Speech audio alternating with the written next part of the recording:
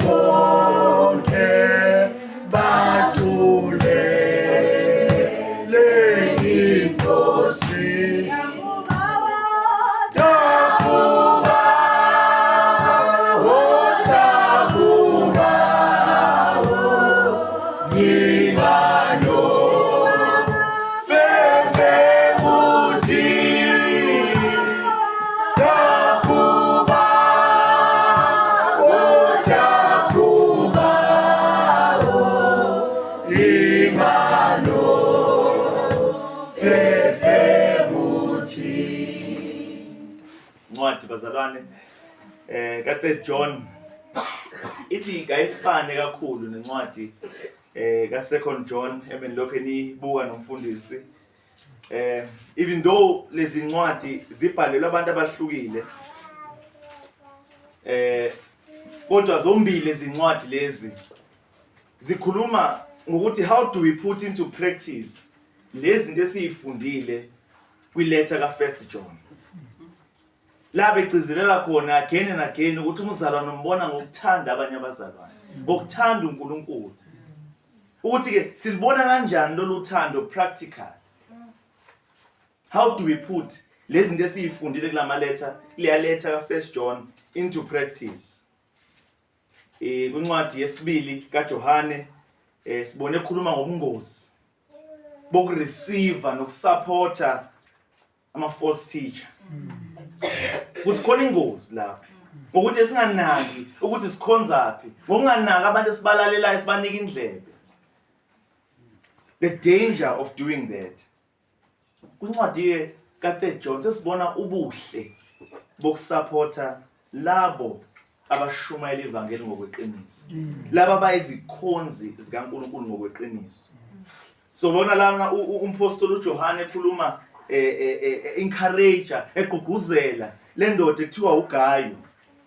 Le ndoda ekuyindoda emkhonza uNkulunkulu, following the Lord, putting into practice lezi yazinto uJohn abezisho kwincwadi ka-1 John. Bese futhi emonisha engisafika ke lapha. Dama umfundisi uzoqhubeka. Emonisha ukuthi kwakhona enye indoda ebandleni ekwakuthiwa uDiotrephes, opposite kaGayo. Emonisha ukuthi angabukeli kule ndoda, which is a good principle for us. Ukhona abantu even nasebandleni ekumele sibukele kubona. Khona nabantu ekumele sifunde kubona ukuthi umzalwane akasinto endle. Just because abantu basenkonzweni achaza ukuthi lo muntu loyo umuntu engasingabuyi noma kuthiwa ubesekhona ebandleni 20 years. Ungathatha 20 years ebandleni kodwa uyagosipha umuntu. That is the second part leyo esingeke sifike kuyona namhlanje. But the key verse moyifunda le ncwadi, the key verse ilaphana ku11 lathi khona, beloved, do not imitate what is evil, kodwa imitateana okuhle. Ngoba lo wenza okuhle is from God, kodwa lo wenza okubi akaze ambona ngisho uNkulunkulu. That is the key verse yonke le ncwadi. Kodwa ke bazalwane, ngaphambi kokuthi sibuke uverse 1 ngizocela sigebisa amakhanda ethu sikhuleke. uNkulunkulu wethu ongcwele, Yise wenkosi yethu uJesu Kristu, Nkosi siyakhuleka Nkosi. Siyakhuleka silibandla lalapha Orange Farm, uNkulunkulu wethu ongcwele, singabantwana bakho uNkulunkulu wethu ongcwele. Siyakhuleka Father ukuthi kulesi sikhathi uNkulunkulu wethu ongcwele esisibekele eceleni ukuze sizozwe izwi lakho, that uNkulunkulu wethu ongcwele we may hear your voice. Sesikukhonzile uNkulunkulu wethu ongcwele ngokufunda kwezwi lakho, sakukhonza ngemikhuleko, sakukhonza ngemhlabelelo uNkulunkulu wethu ongcwele. Manje sesifuna ukuzokukhonza ngokulalela intshumayelo yezwi lakho uNkulunkulu wethu ongcwele. May we hear izwi lakho Father. May we learn ezwini lakho engathi lingasuka nje kuphela engqondweni lenhlizweni zethu, liyihlabe inhliziyo zethu uNkulunkulu wethu ongcwele. Labantu esingene siyibona kule ndawo namhlanje engathi singaphuma sabantu asebehlukile, asebefunda okusha uNkulunkulu wethu ongcwele, abazokufaka isenzweni empilweni yabo. uNkulunkulu wethu ongcwele, ngiyakhuleka that we may embrace izwi lakho, that we may take it uNkulunkulu wethu ongcwele, take a hold of it and run with it uNkulunkulu wethu ongcwele. uNkulunkulu wethu ongcwele, I pray against every distraction ekhona emqondweni wethu. Uningi uNkulunkulu wethu ongcwele ukusihluphayo emqondweni wethu empilweni zethu, uningi esikucabangayo. Uningi esicabanga esokwenza masiphuma lapha enkonzweni uNkulunkulu wethu ongcwele. Sasinama commitments, kodwa uNkulunkulu wethu ongcwele ngiyakhuleka ukuthi kulesi sikhathi uNkulunkulu wethu ongcwele engathi Father, our minds might be still. Sizwe nje wena uNkulunkulu wethu ongcwele ukhuluma nathi kuphela. Help us uNkulunkulu wethu ongcwele. Help me to be faithful ekushumayeleni izwi lakho, to be faithful in preaching what is in your word. Ngingasho lokho kufunwa yimina, ngingayishumayeli mina uNkulunkulu wethu ongcwele, kodwa ngishumayele izwi lakho uNkulunkulu wethu ongcwele. Grant this prayer egameni lomfelo wethu uJesu Kristu waseNazaretha. Amen. Sala sibheke laphana uverse 1 ukuya kuverse 4 bazalwane. Ufundeka kanje. Mhlawumbe uzoyifunda ngesingisi, ngiphinde ngiyifunde nangesizulu. Khona ozogeta into ethize kwisizulu azoyithola ngesingisi. Uthi lana ilunga kuGayo othandekayo engimthanda ngeqiniso, mzalwane, ngikufisela ukuba uphumelele kukho konke futhi ube nokuphila okuhle, njengokuba umphefumulo wakho uphilile. Ngathokoza kakhulu ngesikhathi kufika abazalwane befakaza ngokwethembeka kwakho eqinisweni njengalokhu uhamba kulo. Ayikho intokozo edlula leyo yokuba ngizwe ukuthi abantwana bami bahamba eqinisweni. The elder to the beloved Gaius, whom I love in truth. Beloved, I pray that all may go well with you, and that you may be in good health, as it goes well with your soul. For I rejoiced greatly when the brothers came and testified to your truth, as indeed you are walking in the truth. I have no greater joy than to hear that my children are walking in the truth. Oh, amen. Sisivula nje lencwadi sibona lomkhuleko kaJona ekhulekela lensiza uGayo la. Ezevula nje lencwadi ukhulekela uGayo and ukhulekela ihealth kaGayo. Uthi ngiyakhuleka ngathi ungaba nokuphila okuhle.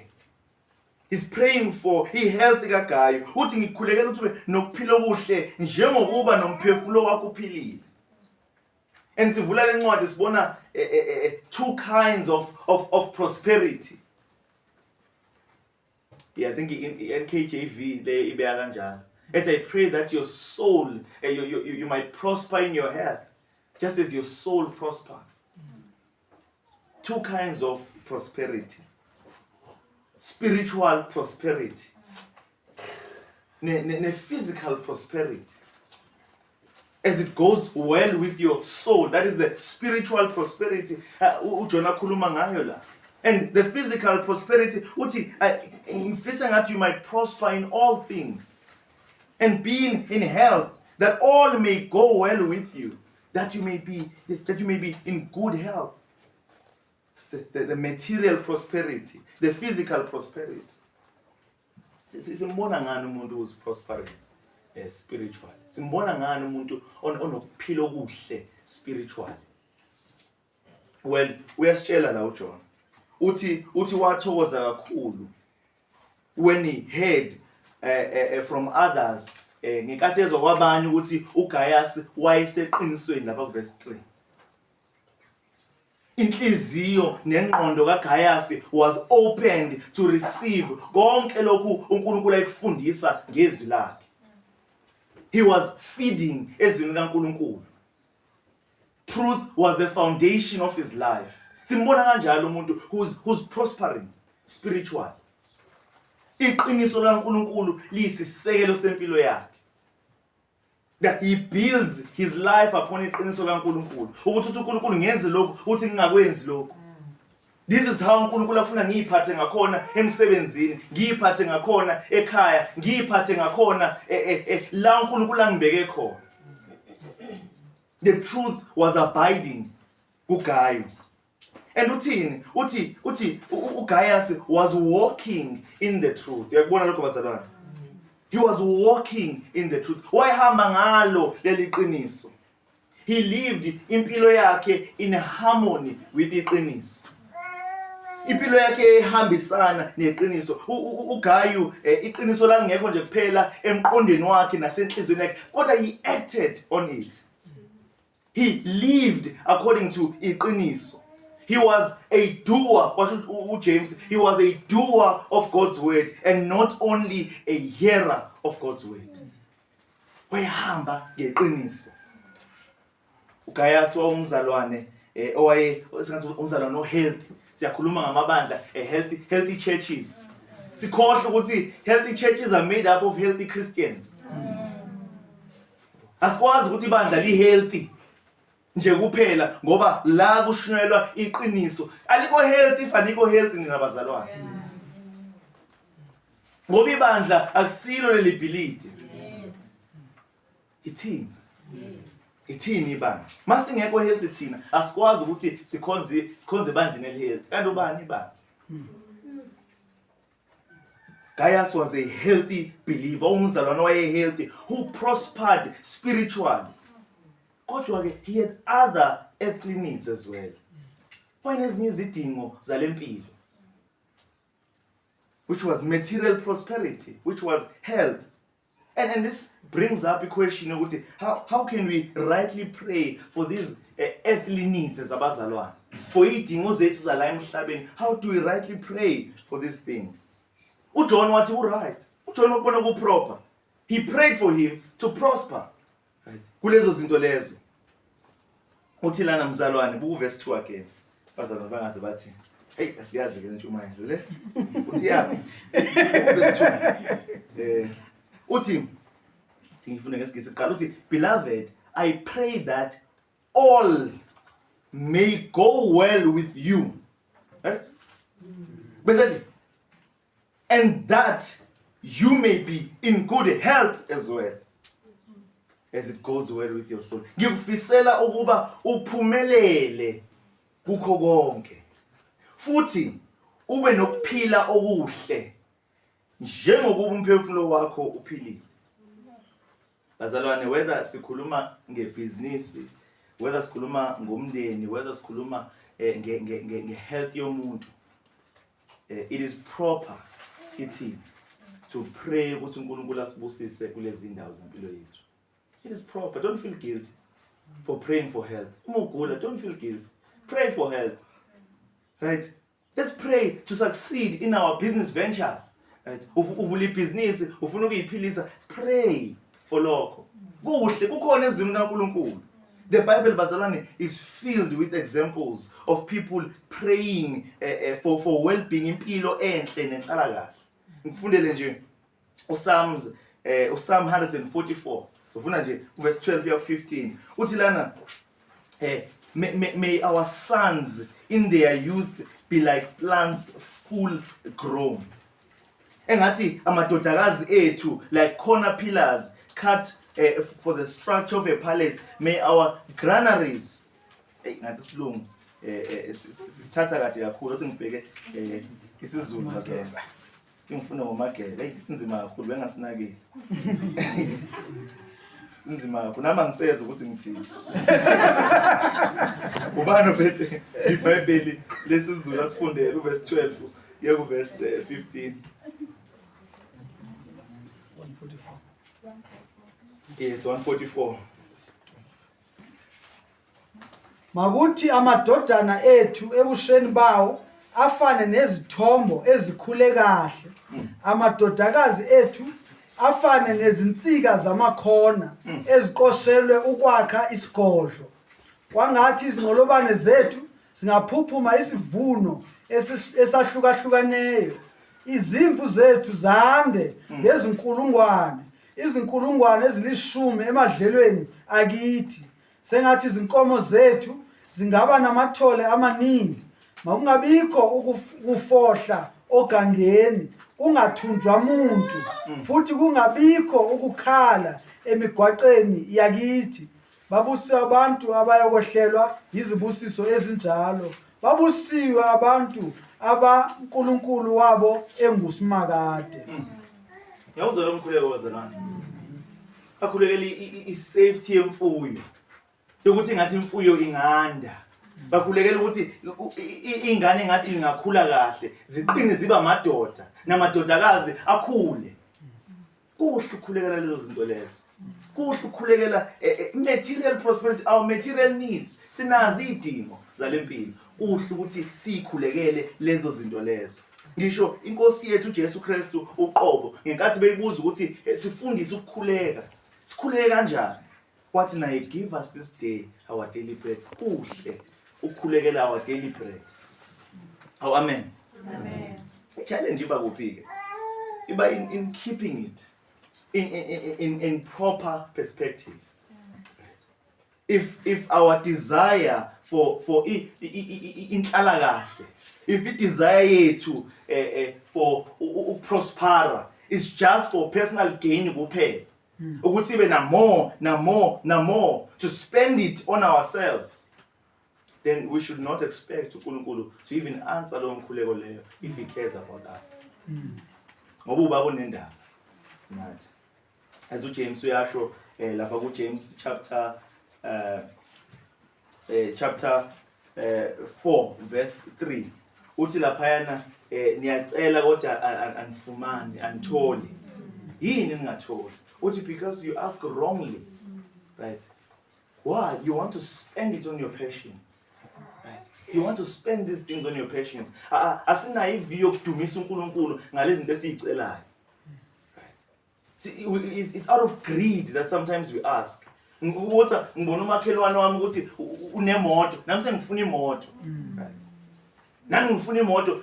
It's sometimes esizicelayo, hey nami ngifuna ibusiness, nami ngifuna ukuba nalokho ngoba ubona omunye umuntu enako. We want to spend it on our patience. Khona ngifuna siyibone futhi into ayenzayo la uJohn.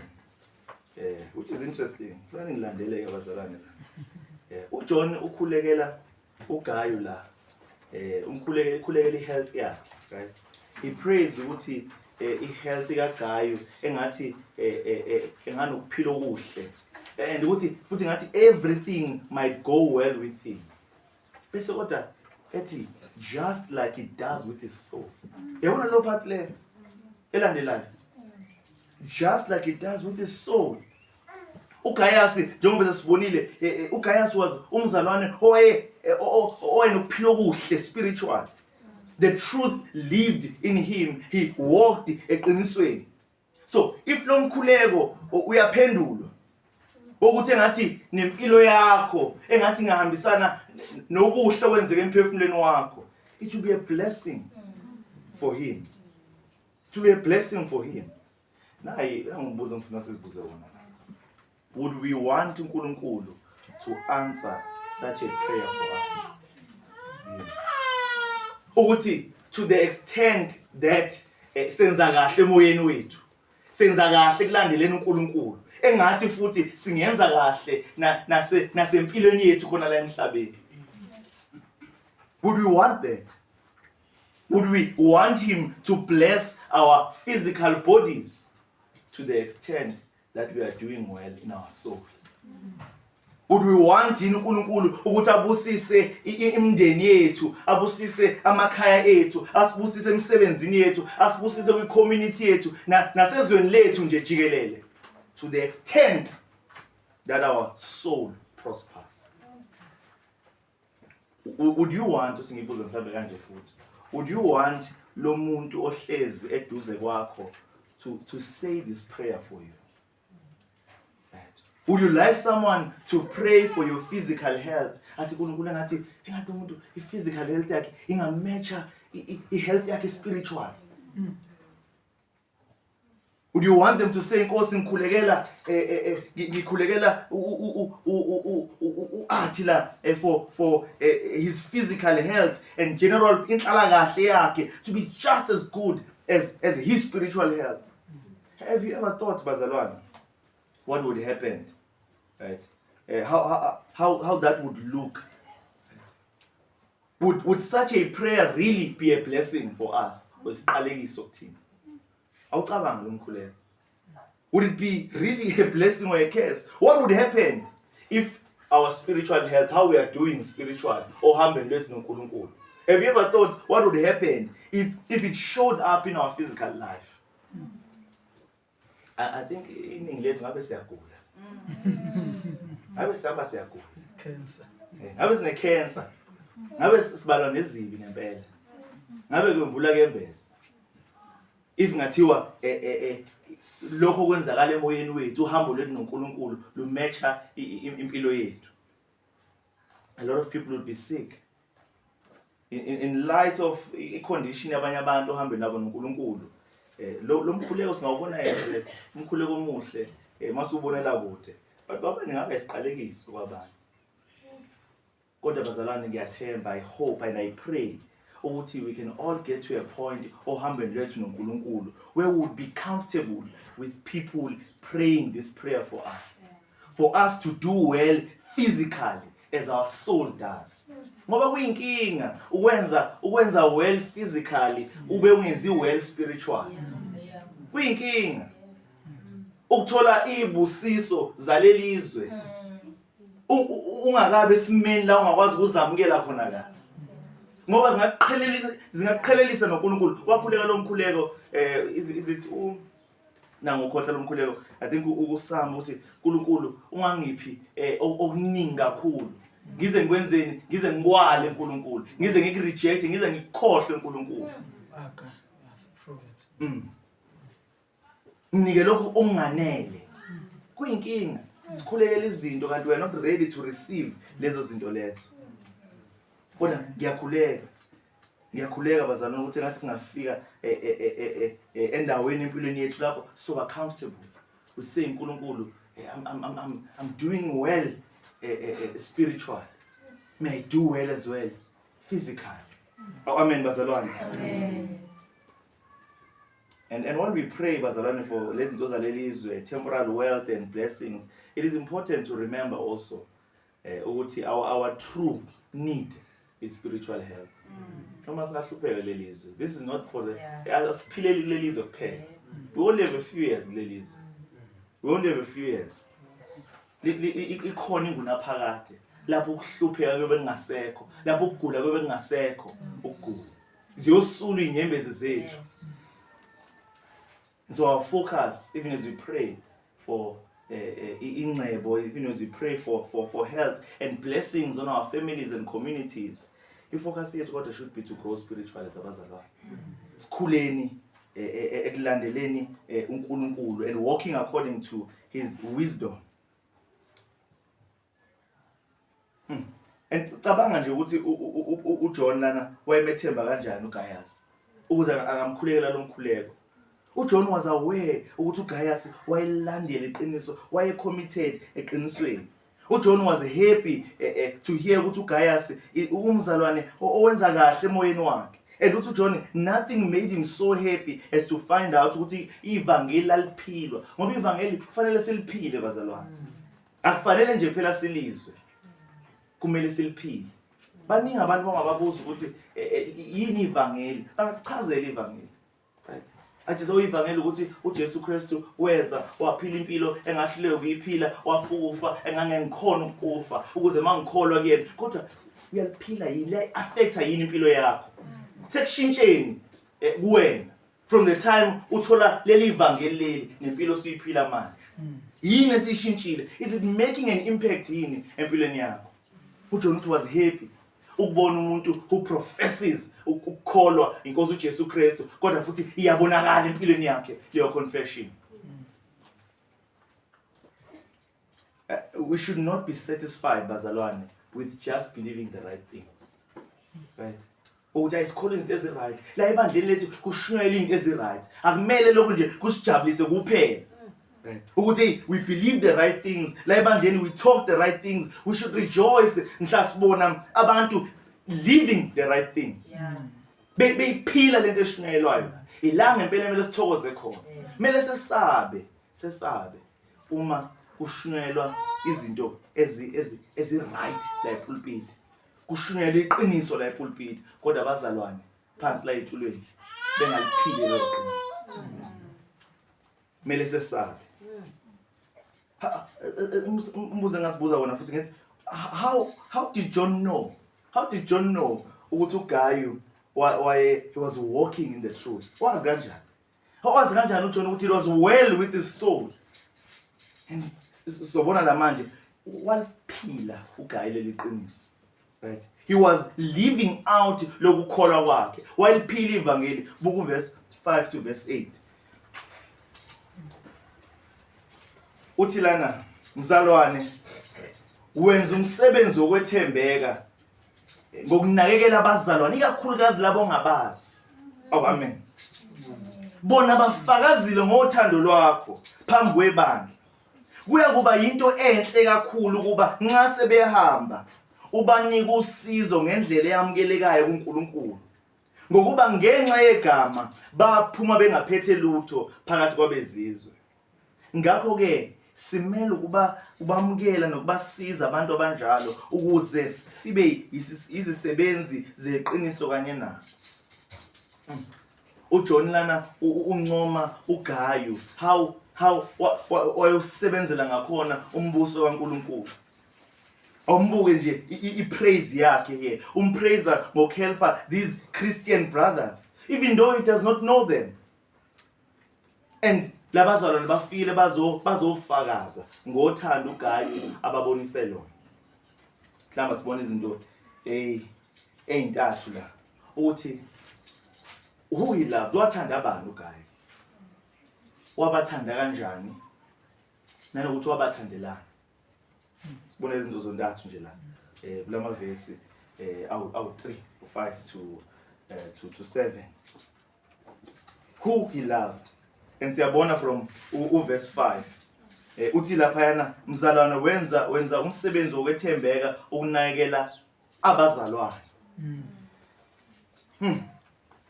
Abazalwane. Brothers, that's who he loved. Yibo laba bathandayo. That's all it took for uGayasi to serve these people. That's all it took. It took him to know ukuthi bangabazalwane laba bantu laba. He needed to know that they are workers of the truth. He needed to know ukuthi baphilela ukuze baphilela uNkulunkulu. Ukuze abaphilele. That's all it took. Ukuthi labantu laba baphilela uNkulunkulu. Nami ngizobaphilela. And that's the power of the gospel, bazalwane. Yomandla evangeli siwabona la. These people were strangers to uGayi. Ngokwalelizwe. They were strangers to him. Abantu engabazi. But they were family according to call. Babumndeni wakhe. And bazalwane ivangeli namandla to unite people abeyinhlanga ezahlukene, different races, different ethnicities, ages, cultures and backgrounds into one. Lisibumbanisa ivangeli. Thina esesikholiwe ivangeli samamkela uKristu. Samukela njengabantwana bakaNkulunkulu.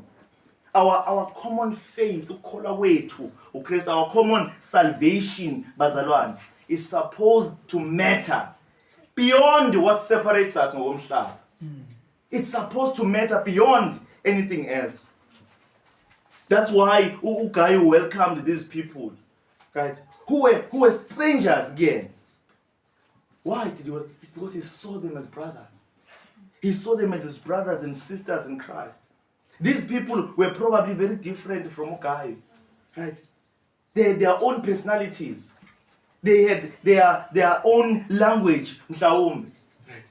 They maybe looked different than him, but it was enough for uGayi to serve, nokubasupporta, ukwazi nje ukuthi bangabazalwane beqiniso. Ulaba ngabazalwane beqiniso. Noma ngathiwa bakhuluma olunye ulimi kunami, noma ngathiwa ba different nangokwebala. Kodwa ngizompilela lo muntu. Ngobani? Umzalwane. I'll spend an eternity with this person. Asikwazi bazalwane kulelizwe sihlukaniswe izinto. Cabanga ishame siyoba nayo.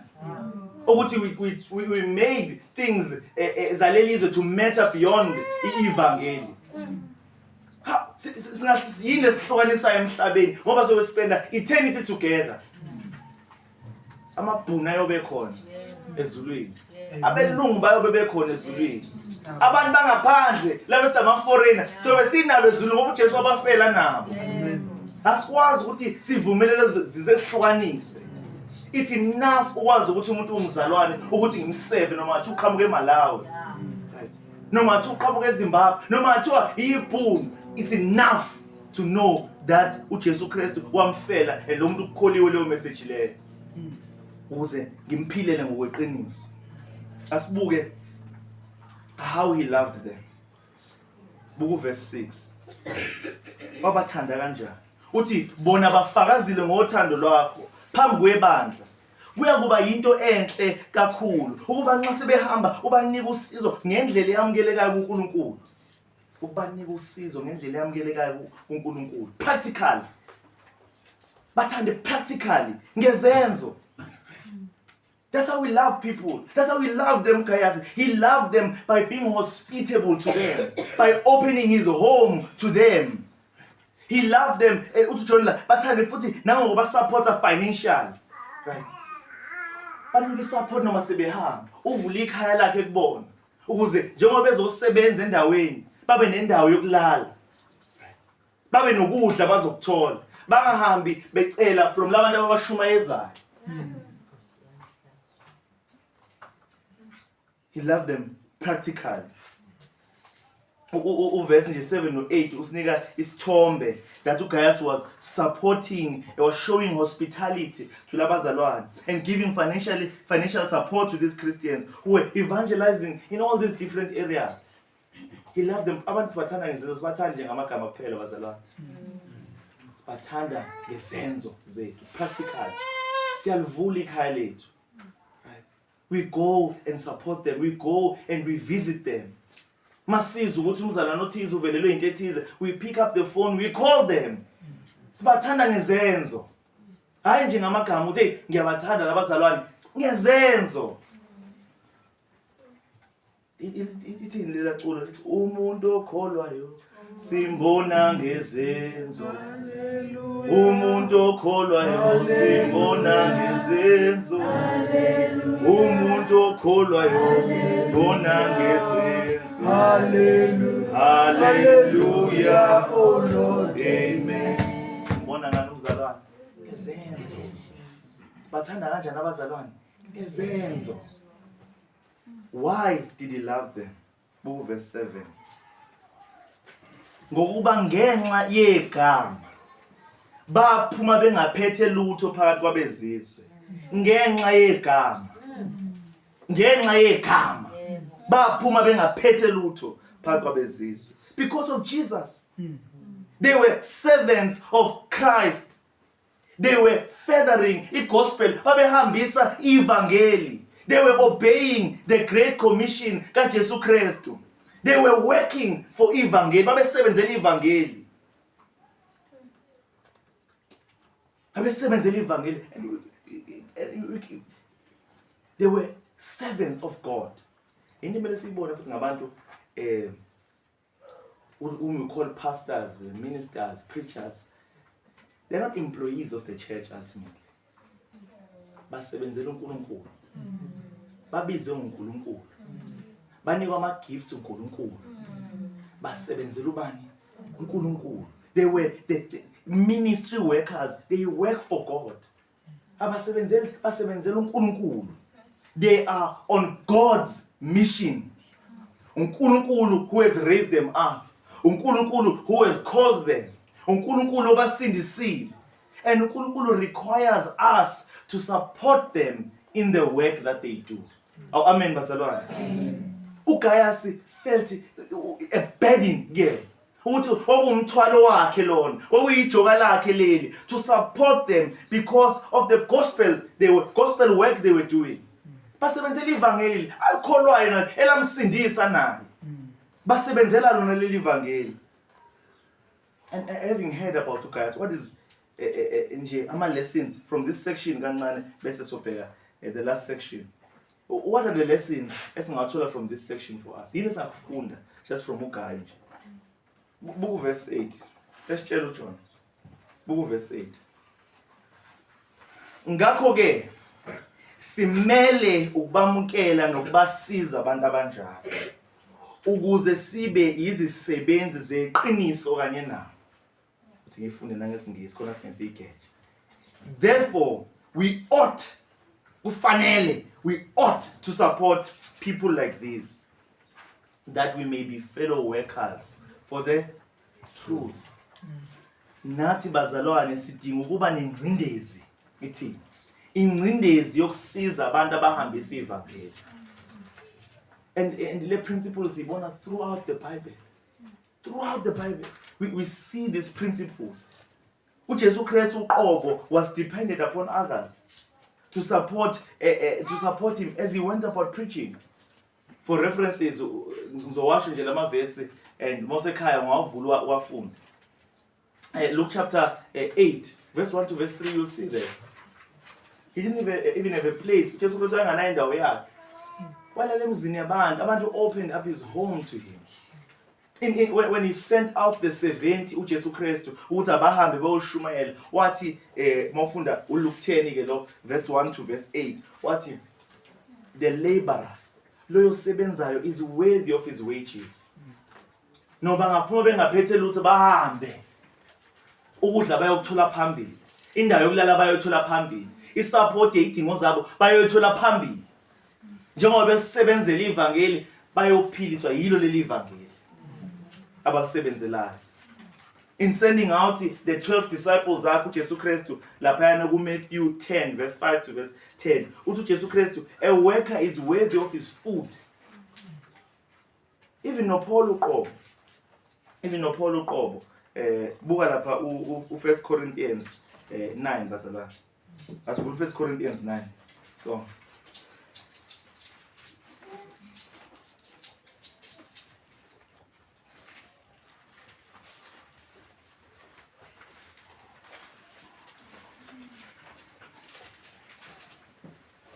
ufuna sibone uPaul ayishoye la ukhuluma ngayo le support esikhuluma ngayo la.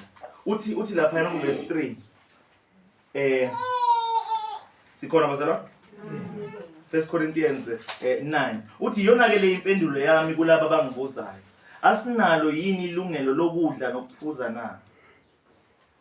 Khuluma about the ministers of the gospel, laba abasebenzela ivangeli, abaphilile ivangeli. Uthi asinalo yini ilungelo lokudla nokuphuza na? Asinalo yini ilungelo lokuhamba nomzalanekazi ongumkethu njengabanye abapostoli na? Asinalo yini lo lungelo lelo lokuthi nathi sikwazi to get married and have our own families. Kube uthi verse 6 kanti yimi noBarnaba kuphela yini esingenalo ilungelo lokuyeka ukusebenza na? Siye futhi sehle. Kungani ngubani oke aye empini ngezakhe izindleko na? Ngubani otshala isivini angadli isithelo saso na?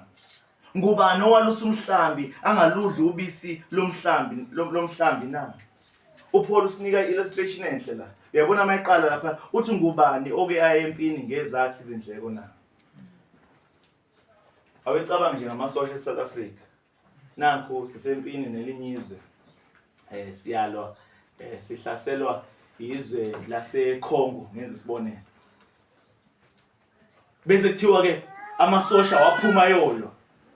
Kodwa madoda ziboneni ngizothola ama weapons. Ziboneni imphamvu ngizoyithola. Ezamanye usilwela njenge country.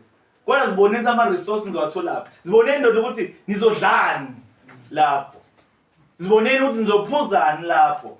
Ziboneni ukuthi nizogqokani lapho ni. Ziboneni ukuthi ingane zenu futhi ziboneni ukuthi ingane zenu zizodlani. Even ngakwalelizwe. Siyayibona i-wrong leyo nto leyo. It's absolutely wrong. Ukuthi umuntu singamthuma sithi hamba on this commission. Hamba olwela izwe. Kodwa bona ukuthi umndeni wakho uzodlala futhi. Bona ukuthi abantwana bakho bazolala bedleni bazogqokana. It doesn't work. Even noma ngolelizwe. Leyo nto leyo. We tell soldiers go and fight, but as a country we ensure ukuthi noma ngathi uyafela empini lo muntu lo ingane zakhe ngeke kuphela. They have security for life. Ingane zakhe izoqhubeka zikwazi ukufunda ziqede. Ngoba yini lo muntu loyo usebenzela izwe. How can then when we get to ministry workers, those who are fighting for the kingdom of God, those who are fighting against the kingdom of Satan, they are working hard for the gospel, for the kingdom of Christ. How can we say, no, hambani yoshumayela? Thina kodwa sifold izandla. Uzobona ukuthi umndeni wakho uzodlala. Kodwa hamba oshumayela. Hamba okhulekela abantu, hamba wenza ama-Bible study, hamba oshumayela, hamba wenza lokho, kodwa uzobona ukuthi ufika kanjani lapho. Uzobona le moto uyithela ini leyo muntu ofika lapho. Yayibona leyo thinking leyo bazalwane.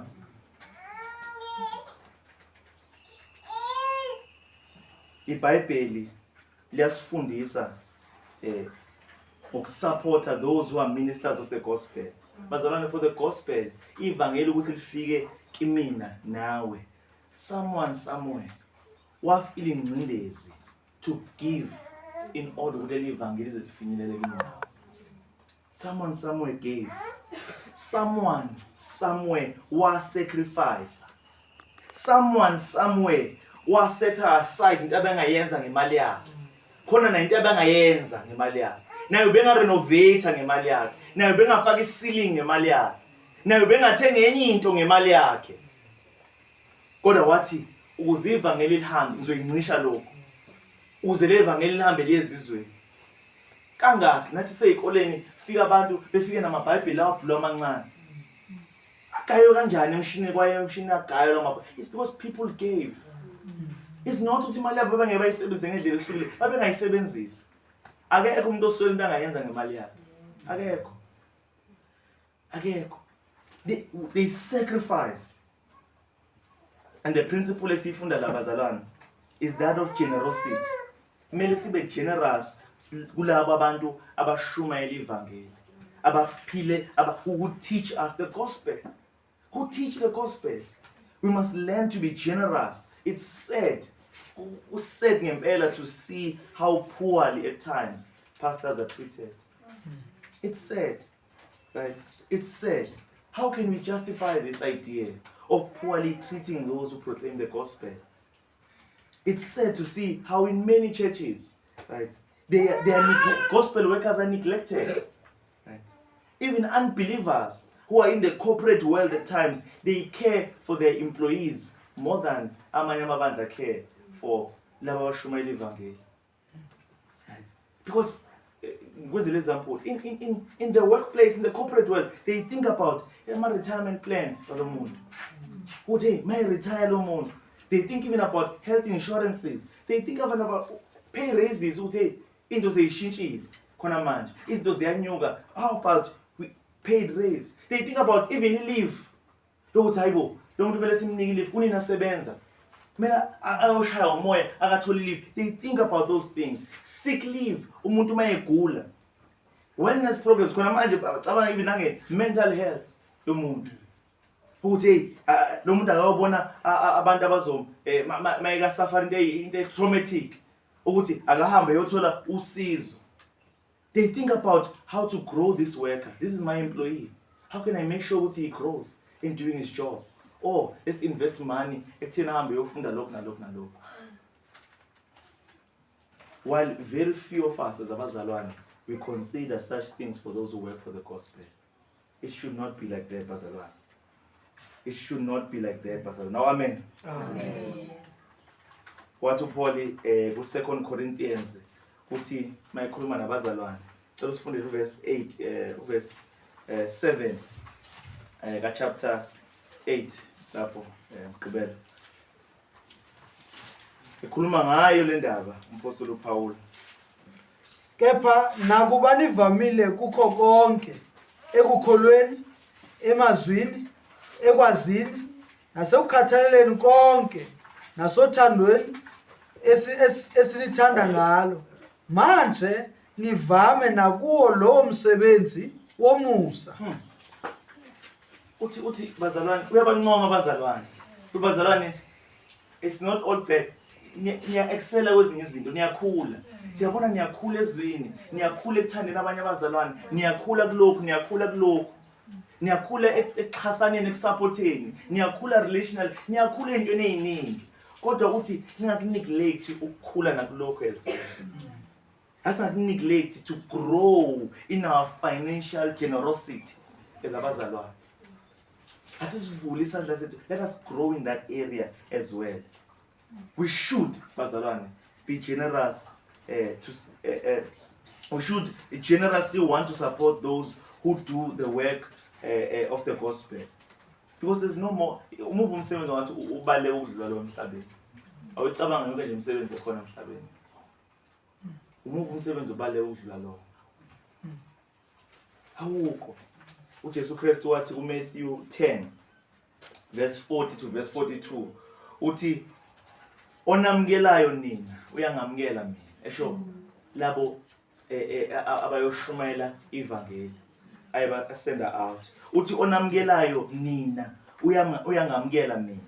Nongamukelayo mina wamukela ongithumileyo. Owamukela umprofeti ngokuba engumprofeti uyakuzuza umvuzo womprofeti. Nowamukela olungileyo ngokuba lo elungile uyakuzuza umvuzo olungileyo. Uthi yilona lowo oyakuphuzisa abe munye kulabo abancinyane. Ngisho inkezo eyodwa nje yamanzi aqandayo. Ngokuba lowo engumfundi ngiqinisile ngithi kini kasoza lahlekelwa ngomvuzo wakhe. Even a cup of water will be rewarded. Jesus Christ. Even a cup of water will be rewarded. However little we can contribute, that will be rewarded. uNkulunkulu will not overlook. uNkulunkulu will not overlook the sacrifices we have made, the things we have set aside in order to support the furthering of the kingdom of God, the furthering of Evangel. uNkulunkulu will not overlook those things. Uyazibona. Even if thina singeke sashayelwa, because mawunikela unikelela abanye abantu, right? No, bazalwane unganikela ngo-10,000 angeke sime phambili sithi umzalwane uthi izinikela ngo-10,000 ngeke. Amen. Ngeke sikushayele izandla bazalwane. Ngoba unikela to God's mission. Right? And uNkulunkulu yena, uNkulunkulu, who will see you, who will reward you. Right? Ungaphatheki kabi.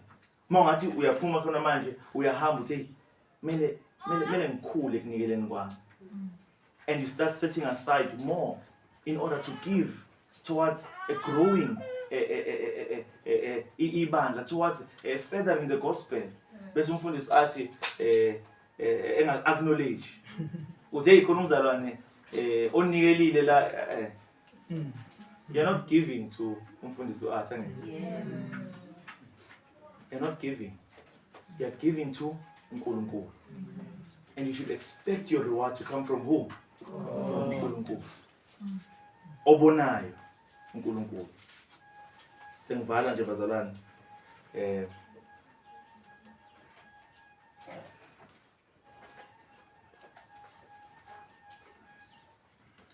There are many scriptural motivations on why we should support ministers of the gospel. Masiqala support those who work for the gospel. It is a testimony as well to our own faithfulness. Right. Ule kundana lamayethi umzalwane wenza umsebenzi wokwethembeka. Right. Wenza umsebenzi wokwethembeka. When we show hospitality, bazalwane to other brethren, to abanye abazalwane, when we show hospitality, when we open our homes to them, to serve them, when we serve other ministers of the gospel, it demonstrates our faithfulness to the teachings of Christ and the apostles. It shows ukuthi siyaliphila leli qiniso esilkholwayo. It shows that. Uthi lapha verse 6, they testified to your love before the church. Right?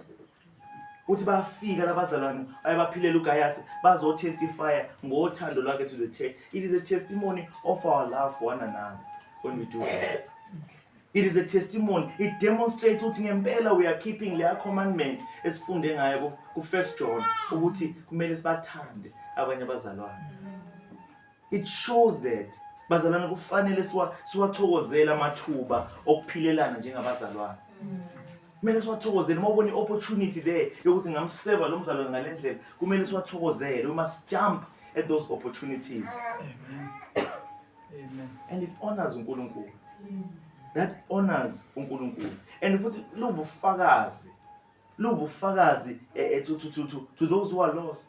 Uyabona lapha verse 7 ethi laba bahamba who were working for the gospel uthi accepting nothing from the Gentiles. They went out accepting nothing from the Gentiles. Lokhu chaza ukuthi bazalwane they did not seek support from the people they were evangelizing. Right. Ucabanga nje umuntu ezokushumayeza ivangeli manje ezokucela imali. Angeke usabana show ukuthi angempela nendaba yini nomphefumulo wami noma uyangishumela ngoba vele ufuna le mali. And so it's good ukuthi malihamba ivangeli yoshayela endaweni noma ngathiwa it took so much money ukufika lapho wathenga ispeaker wenziwani kuhle ukuthi bashumayeze ivangeli bashiye benjani for free. Khona abangeke basale na anything bawusala nje naleyo vangeli obashumayezelo. Amen. Right. But ukuze sifike lapho ukuze silushumayela lo vangeli ukuze sibanike ama tracts ukuze sibashiye namabhayibheli kudinga imali. Kuhle ke thina sesikholwa if we put our resources towards that. So wathi ivangeli singahamba silishumayele for free kubantu. Sithi abaze uNkulunkulu singabaceli lutho. Sithi nje wozani uNkulunkulu nikholwe inkosi uJesu Kristu nisindiswe. Amen. Amen. Not only bazalwane does the Bible tell us to support gospel workers, it gives us many reasons to do so. Ukukhula kwebandla laqala, ukukhula kwe-early church nokudlondlobala kwevangeli was a result of abazalwane abafana noGaius. Right? Siyababona abanye no-Aquila no-Priscilla who allowed ukuthi ibandla lihlanganele emakhaya abo. Bavula amakhaya ukuthi ibandla lihlanganele endlini zabo. It was a result of people like that. That's how ivangeli ladlondlobala ngakhona. Right? Philemon abavumela ukuthi ibandla lihlanganele emzini wabo. Who welcomed abapostoli abavumela uPaul ukuthi akahambe azolala emzini wabo endleleni yakhe. To this day bazalwane, there are still many, right? Baningi abantu who have not been confronted with the gospel. Baningi abantu ivangeli esadinga ukuthi silise kubona ivangeli. They have not received this invitation ukuthi mabeze and come to this fountain that is filled with blood, drawn from Emmanuel's veins. Abakalizwa leli vangeli. Baningi abantu. There's still a need for us to support those abahambisa ivangeli labo bantu. Okuthi sonke sokusilambisa ivangeli. But there are those who has raised them to be preachers, gospel workers. Kuyibhedeni yethu, kuyingcindezelo yethu kumele sibe nayo bazalwane to support them as they go and preach the gospel to those people. Ukuze bangawari ukuthi hey uzodliwana ekhaya. Ingane zami zizodlana. Ngoba mina ngihamba ngiyale ngiyoshumayela ivangeli. When I could be nami ngefemini ngosebenza efemini. May the spirit bazalwane ne-kindness kaGayo nathi lo moya lo kaGayo ugcwale inhlizweni zethu this morning. That's my prayer. Ukuthi ngathi singaba nalo moya kaGayo nathi okuliphilela ivangeli nokuphilela umbuso kaNkulunkulu. Hayi bazalwane uthakazwana. Amen. Zoba ngazi futhi befuna ngishumele kanjani bazalwane. Let's give some amakhanda sikhuleke. Nkulunkulu wethu ongcwele siyakubonga ngezwi lakho simakade. Siyakubonga Nkulunkulu wethu ongcwele ukuthi sizone sikonile Nkulunkulu wethu ngosakuhlubuka. Kodwa wena Nkulunkulu wethu ongcwele awusidelanga. You came for us Nkulunkulu wethu ongcwele. You continued speaking to us. You continued speaking to those first parents bethu abona. You continued speaking to Adam and Eve and their children and their children's children Nkulunkulu wethu ongcwele. And that they wrote down labo wakhuluma nabo lezi zinto esifunda namhlanje. Siyakubonga Nkulunkulu wethu ongcwele ukuthi usaqhubeka uyakhuluma nathi zone ngezwi lakho Nkulunkulu wethu ongcwele. Father, I pray that you may cherish these words. I pray Nkulunkulu wethu ongcwele ukuthi le message esizwile namhlanje ingangangena ngandlebenye iphume ngenye indlebe Nkulunkulu wethu ongcwele. Oh Father, ngathi singaphuma lapha siyoliphila leli ivangeli. Le message esiyifundile, lama verse esiwafundile Nkulunkulu wethu ongcwele engathi ngasihlupha Nkulunkulu wethu ongcwele. Engathi ngasenza sibe uncomfortable sesiyifake le message esenzweni Nkulunkulu wethu ongcwele. Oh Father, sisize. Sibe libandla la Orange Farm Nkulunkulu wethu ongcwele esoliphila ivangeli. Singalizwa nje kuphela. Singaposti nje amavesi siposte Nkulunkulu wethu ongcwele ko Facebook ko WhatsApp kodwa siyiphile lento esiyipostayo. Sisize Nkulunkulu wethu ongcwele. Sibe ngabazalwane ekuzoshiwo ngokufanayo kithina njengoba kwakushiwo kuGayo ukuthi salibona ivangeli kulo mzalwane. Salibona experience uthando kulo mzalwane. Sisize Nkulunkulu wethu ongcwele sikhulu othandweni. Father, we pray for all of this egameni lomfeli wethu Jesus Christ. Amen. Amen. Ngiyabonga bazalwane. Umuntu okholwayo simbona ngezinzo. Umuntu okholwayo